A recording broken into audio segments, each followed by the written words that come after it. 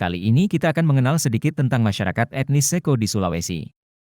Wilayah ini sering disebut jantung Pulau Sulawesi karena merupakan perbatasan dari 3 provinsi, Sulawesi Selatan, Sulawesi Barat dan Sulawesi Tengah, dan selain itu Seko juga merupakan wilayah dengan hutan yang lebat dengan aneka satwa yang dilindungi diantaranya anoa dan burung julang.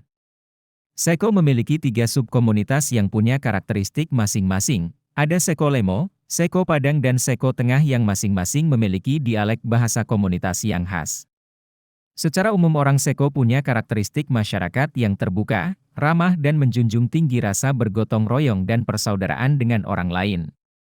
Transportasi darat ke Seko masih sangat sulit. Hal ini dikarenakan akses jalan yang cukup buruk, sehingga ojek menjadi salah satu mata pencarian di Seko selain bertani kakao, kopi dan padi.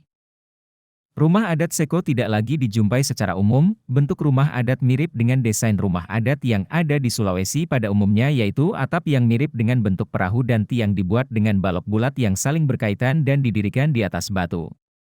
Desain tiang kayu mirip dengan desain rumah adat di Rampi dan di Kalumpang, dan Napu, yaitu balok bulat yang saling berkaitan.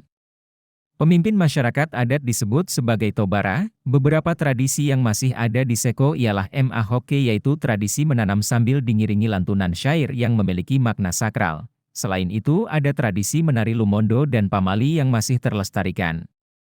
Dahulu orang Seko juga dikenal dengan keahlian pandai besi. Hal ini didukung oleh wilayah Seko yang dikenal sebagai salah satu wilayah penghasil biji besi saat itu. Menurut data yang diulas oleh Zaharia Ngelowu dalam buku-bukunya, asal-usul orang Seko memiliki beberapa versi. Disebutkan bahwa nenek moyang orang Seko adalah Tomesalu. Sebutan ini menunjukkan bahwa leluhur itu datang menyusuri Sungai Karama lalu terus ke Sungai Betue. Sedangkan kisah lain menyebutkan tentang seorang bernama Bulu Pala dengan 5 orang putra, Tapadang, Tabalang, Tahoneang, Tayane, yang masing-masing mendirikan kampung-kampung Padang, Hono, Ambalong, Pohoneang dan Hoyane. Anak kelima menjadi pandai besi, yang keturunannya menjadi pandai besi di kampung-kampung saudara-saudaranya. Kisah 5 bersaudara ini terkait dengan leluhur orang Seko Padang dan orang Seko Tengah, sedangkan Seko Lemo sendiri berasal dari wilayah Rongkong yang bermukim ke Seko.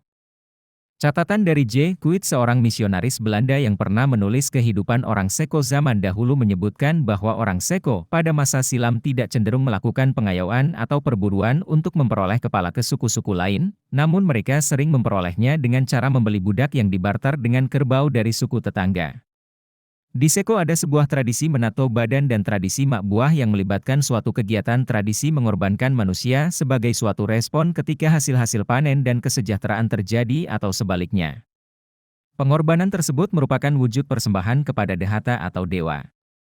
Dalam catatan J. Kruit, beberapa prosesi adat dikerjakan lalu pembunuhan dilakukan dengan mengikat lalu menumbuknya hidup-hidup, tengkoraknya kemudian disimpan di lumbung tengkorak. Demikianlah pengenalan awal nan singkat terhadap masyarakat etnis di Seko. Salam budaya.